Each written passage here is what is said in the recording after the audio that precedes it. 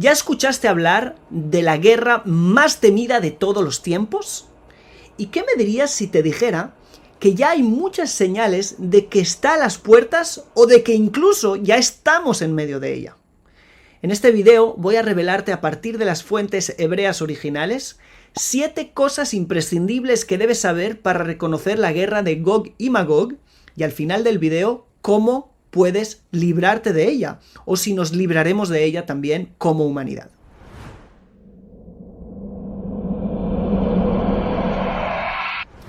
Shalom a todos y bienvenidos a nuestro canal. Me llamo Daniel Chapán y hoy vamos a hablar acerca de la guerra de Gog y Magog, una de las guerras de las que más se ha hablado durante la historia. ¿Por qué? Porque ha sido profetizada por los profetas en 6 libros distintos de la Biblia hebrea. Pero antes de empezar a profundizar en los textos, quiero mostrarte cómo hay cosas impresionantes que fueron dichas hace miles de años que era imposible que se supiera, pero hoy sabemos que este es el escenario exacto que está descrito allí y que esas cosas ya pueden empezar a pasar o ya empezaron a pasar. Por ejemplo, en el Zohar, ¿sí? La cita es Bereshit, página 58, está escrito que cuando llegue Gog y Magog llegarán multitudes de todo el mundo para pelear contra Jerusalén y contra Shem. Bueno, eso está escrito en los versos. Lo importante es que en el Zohar, en la página 119 después, más tarde, está escrito que los hijos de Ismael serán los que despertarán a todos los pueblos de la tierra para venir a pelear contra Israel. Los hijos de Ismael son, según nuestra tradición, el mundo musulmán, los países musulmanes. Y dice el comentarista Rabbi Moshe Cordovero, que estuvo en Safed hace 5 siglos, que harán paz esos países musulmanes con las naciones, el mundo occidental, y se rebelarán contra Israel. ¿Por qué? Por haber levantado un reino, un estado en Israel. ¿Cómo hace 2000 años se podían saber esas cosas? ¿Cómo hace 5 siglos se podía tener eso tan claro? ¿Sí? Ahora lo vemos claramente. ¿Es posible que Israel en alguna guerra con algún país vecino, que son todos musulmanes, ¿sí? De alguna manera las Naciones Unidas, la OTAN, los Estados Unidos se metan en esa guerra y que haya una guerra así grande por causa de eso? Hoy en día es un escenario posible. ¿Cómo se supo hace tantos años? Shalom, quiero hacer una pausa de unos pocos segundos para invitarte a la Academia Co-Creadores en WhatsApp, donde vamos a tener materiales completamente inéditos, míos y de otros ponentes en hebreo, disponibles en español. Si quieres unirte al grupo de WhatsApp, haz clic en el link que está en la descripción del video o en el primer comentario fijado. Hay otro ejemplo parecido. El Zohar nos dice que, terminando la guerra de Gog y Magog, 10 meses después de la guerra, seguirán apareciendo heridos, gente muerta, por causa de la guerra, pero que la guerra ya habrá terminado. Los comentaristas de épocas antiguas no entendían qué estaba diciendo el Zohar. ¿Qué tiene que ver? ¿Cómo pueden aparecer muertos por la guerra o heridos por la guerra cuando no hay guerra? Hoy en día sabemos que la radiación de una bomba atómica sigue dañando por meses, incluso por años, ¿sí?, después de que eso haya ocurrido. Ya tenemos, por desgracia, nuestro mundo tiene experiencia en eso. Antes de profundizar en los textos, quiero decirte otra cosa importante. Este no es un vídeo para hacer sensacionalismo, eso no es un vídeo para asustar a nadie, ni para infundir el miedo o algo así. No. Déjame decirte mi punto de vista. Primero, en un sentido educativo, es muy importante profundizar en estos textos que vamos a profundizar. Es una guerra de la que 6 libros hablaron de ella. 4 de los profetas profetizaron acerca de ella, o 5, creo que es algo que no es casualidad. No somos la única tradición que cree que en el final del tiempo habrá alguna guerra. Eso es así en la mayoría de religiones y tradiciones. Y, aparte de eso, creo que las guerras es algo del día a día de esta humanidad, por desgracia. Y tenemos que aspirar a que se terminen las guerras. El hecho de hablar de una última guerra no es algo malo, es algo esperanzador. Guerras hay todo el tiempo, ¿sí? Guerras hay todo el tiempo, guerras hay ahora mismo, mientras estás escuchando este video, hay gente muriendo por causa de guerras. Y han muerto millones y miles de millones de personas por causa de guerras durante la historia. El hablar de una guerra al final de tiempo no es para asustar, es para esperanzar. Hay un final.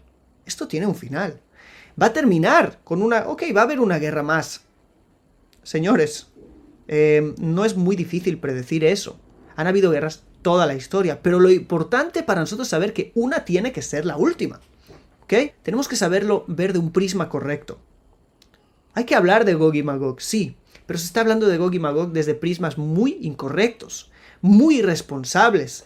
Gente haciendo hoy en día todo tipo de cosas, dejando trabajos, o no haciendo esto, no haciendo lo otro, o construyendo búnkers en sus casas, sí, por causa de que les han dicho, algún líder religioso les ha dicho que Gog y Magog tenía que pasar hace 20 años, y hace 30, y hace 40, y hace ahora, y mañana, o de aquí 10, ¿ok? Tenemos que tomar de esto de una manera responsable. Por eso es importante que sepamos algunos puntos para que no nos engañen más acerca de todas estas cosas y podemos tomar esto de una manera correcta. Y además, lo más importante para mí es cuál es mi punto ante esto, qué yo puedo hacer y, sobre todo, ¿podemos librarnos de esto? ¿Nos han dejado algunas herramientas para librarnos? ¿O es posible evitar esta guerra? También es algo que me interesa muchísimo compartir. Y ahora sí, profundicemos en la guerra en sí. Esta guerra, Gog y Magog, es una guerra que los profetas profetizaron para los tiempos finales. Así dijeron literalmente, tiempos de la redención. Es quizás una de las peores guerras por las que Israel tendrá que pasar durante la historia, y eso ya es decir. ¿Quiénes fueron los profetas que profetizaron acerca de Gog y Magog? El profeta Yeshayahu, Isaías, Yehezkel, Ezequiel, Joel y Zacarías.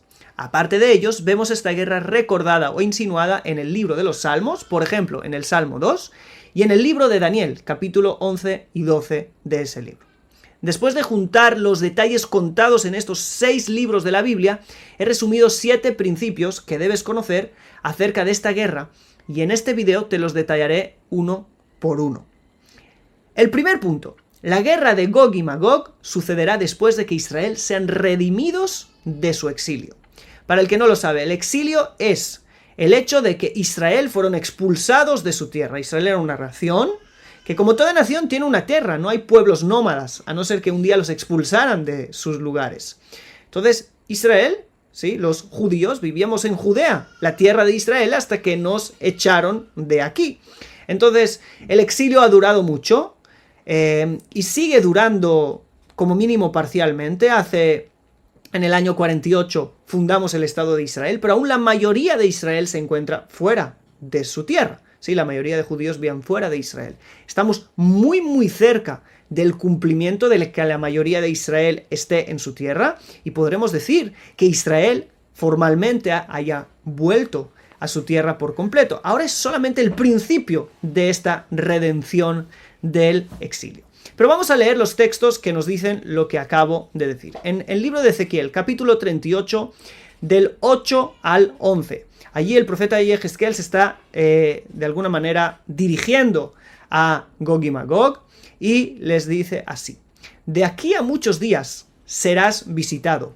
Al cabo de años vendrás a la tierra salvada de la espada, recogida de muchos pueblos, a los montes de Israel, que siempre fueron una desolación, mas fue sacada de las naciones. Israel fue sacada de entre las naciones. Dice, y todos ellos morarán confiadamente. Dice el verso 9, subirás tú y vendrás como tempestad, como nublado para cubrir la tierra.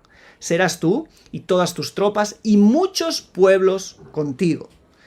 Y dirás, subiré contra una tierra indefensa, iré contra gentes tranquilas, que habitan confiadamente. Todas ellas habitan sin muros y no tienen cerrojos ni puertas. Es decir, Israel estará ya en su tierra y viviendo confiadamente. En el libro de Joel, capítulo 4, versos 1 y 2, también está escrito algo muy parecido, donde dice, porque he aquí que en aquellos días y en aquel tiempo, en que haré volver la cautividad, sí, el exilio de Yehudá, de Judá y de Jerusalén. Reuniré a todas las naciones y las haré descender al valle de Josafat, y allí entraré en juicio con ellas a causa de mi pueblo, de Israel mi heredad, a quienes ellas esparcieron entre las naciones y repartieron mi tierra. Ellos ya habrán vuelto.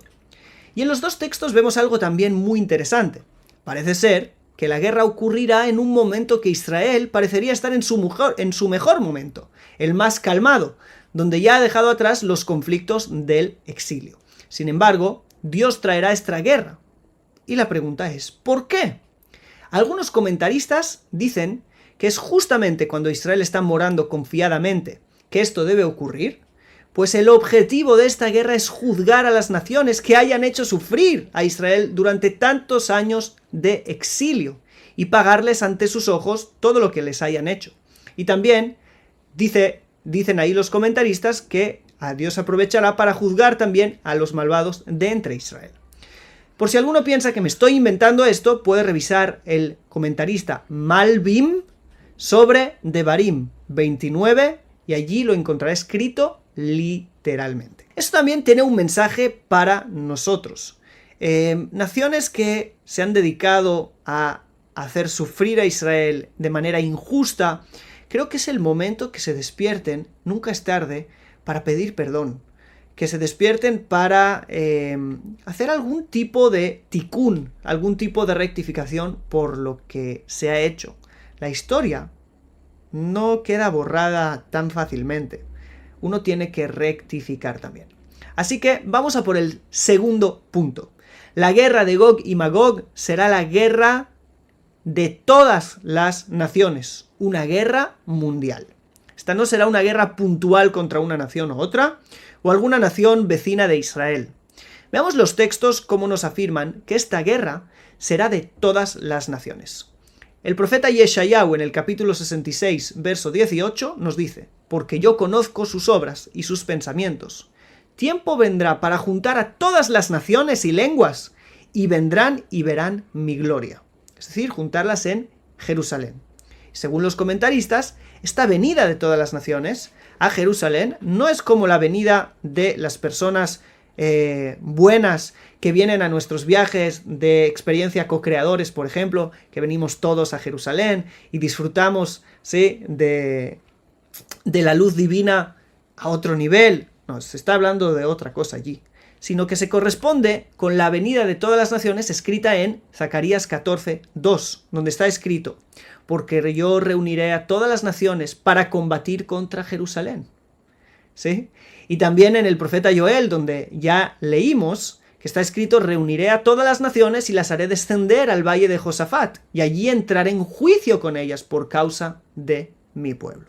Obviamente que ustedes no tienen parte en eso. También vemos algo muy parecido en el profeta Yehezkel, en el profeta Ezequiel, donde nos dice que muchas multitudes vendrán a Jerusalén, ahí en el capítulo 38 donde vimos, y dice allí: muchos pueblos contigo, van a venir muchos pueblos contigo, sí, lo hemos leído antes también.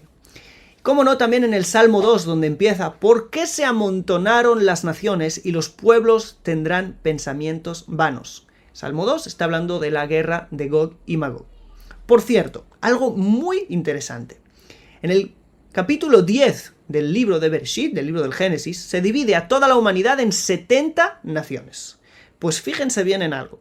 La palabra Gog u Magog en hebreo tiene valor numérico 70. Igual que el valor de todas las naciones. Justo para eso. Para decir que esta será una guerra mundial donde tendrán parte de alguna manera o de otra todas las naciones. ¿Qué podemos aprender de este segundo punto? Tenemos que aprender que quizás a nivel político vale la pena frenar estas cosas, rectificar estas cosas, no yendo siempre de manera obsesiva en contra de Israel. No apoyar a medios que van de manera obsesiva en contra de Israel, ¿sí? No apoyar todas esas cosas de antisemitismo disfrazado de antisionismo que vivimos en nuestros tiempos. Tercer punto. Israel no vencerá esta guerra de manera natural.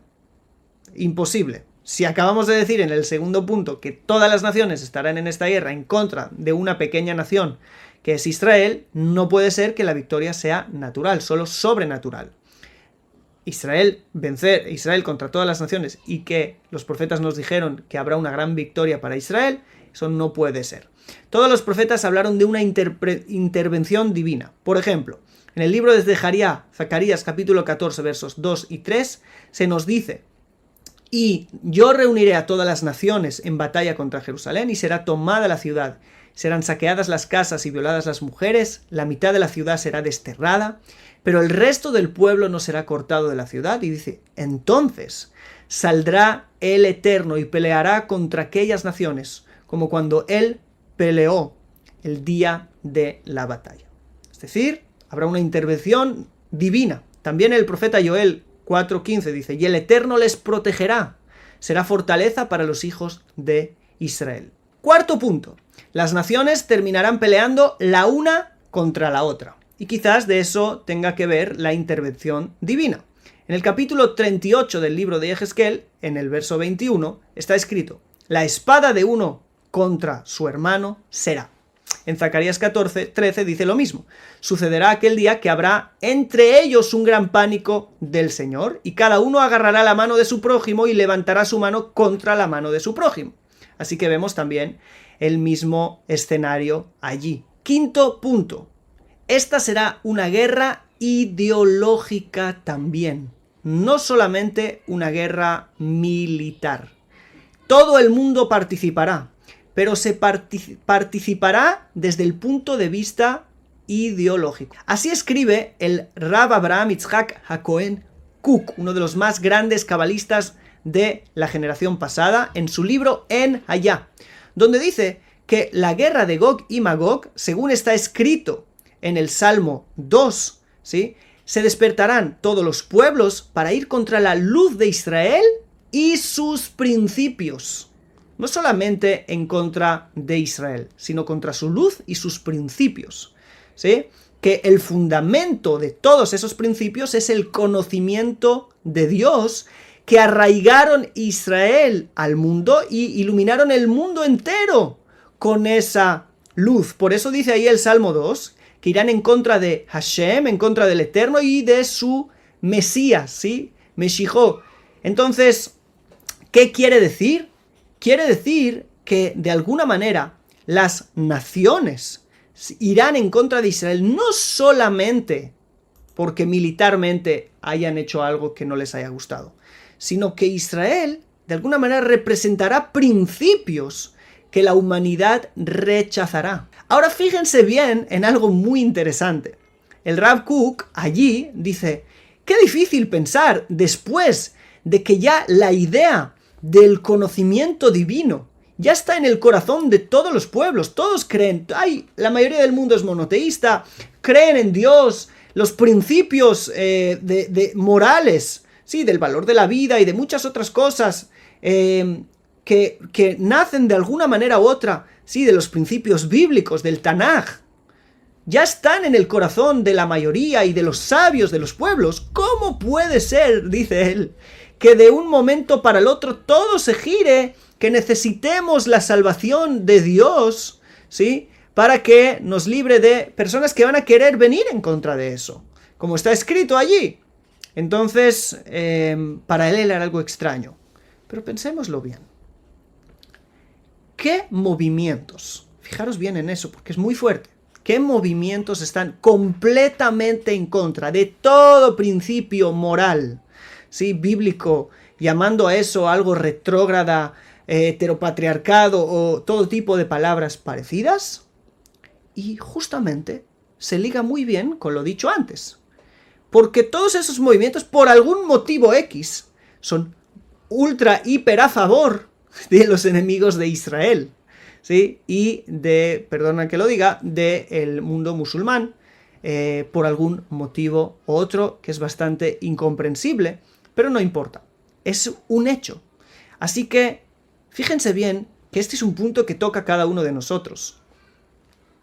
¿En qué lugar vamos a estar? ¿En el lugar que se dedica a derribar los principios que han sido arraigados por tanto tiempo, ¿sí?, del conocimiento divino, o el lugar que intenta desarraigarlos? ¿Okay? Eso también es parte de la batalla de Gog y Magog, nos dice el Rav Kook. Sexto punto. El final de la guerra dará lugar a una revelación divina en todo el mundo como nunca antes. Está escrito en el libro de Ezequiel, capítulo 39. Lo siguiente. Verso 21. Y puso mi gloria en las naciones, y verán todas las naciones los juicios que hice y mi mano que puse sobre ellos. Es decir, bien, parece que yo estoy diciendo que todas las naciones van a ir y estoy hablando mal de las naciones.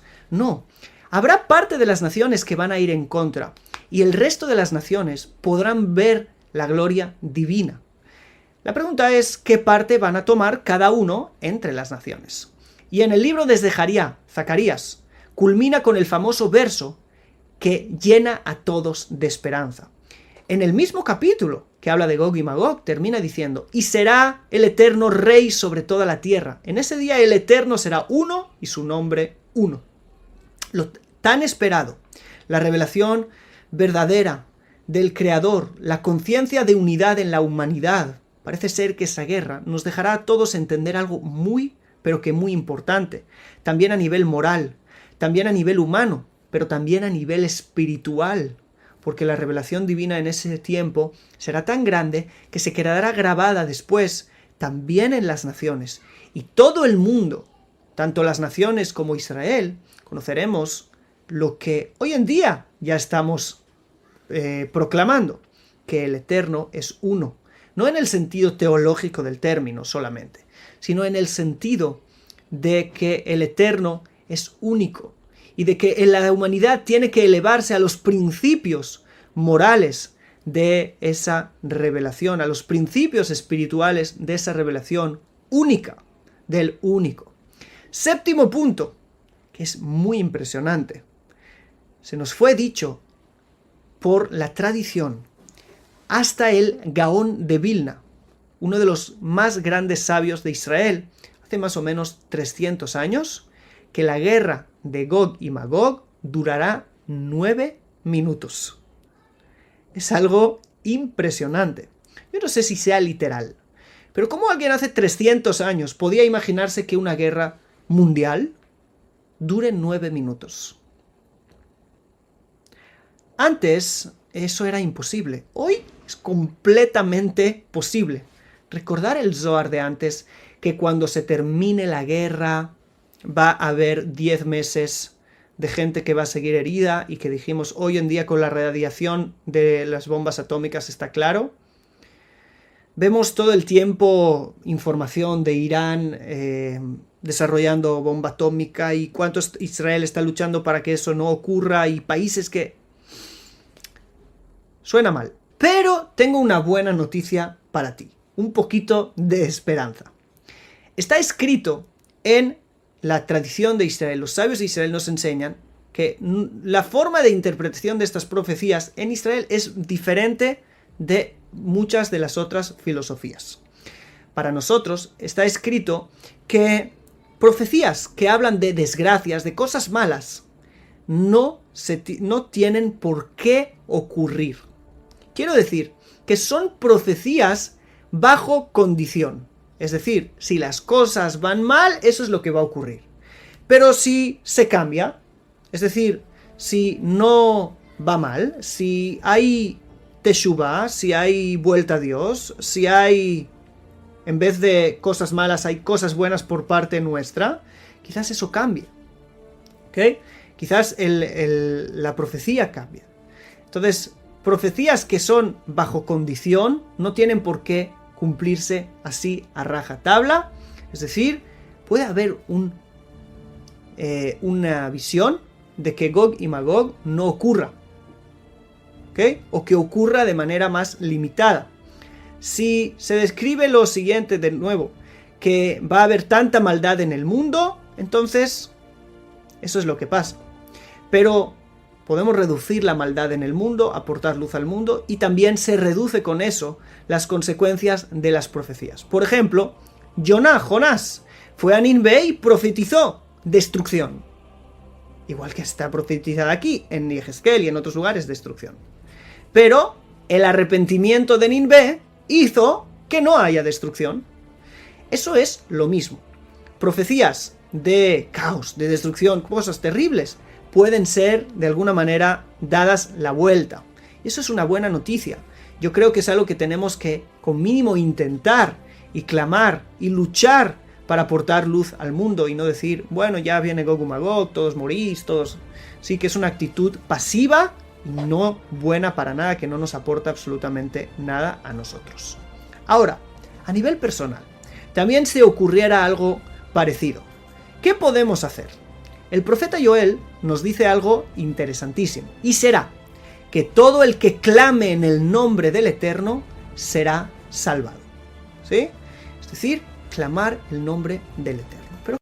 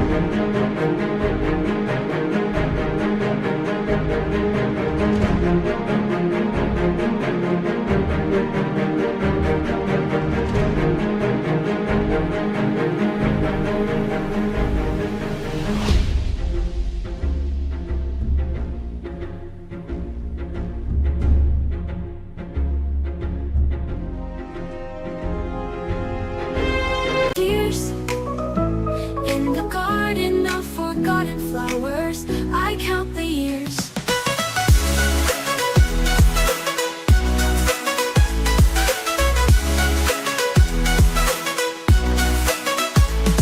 The daisies in the sunlight, now bent and worn, remind me of the mornings when love was born.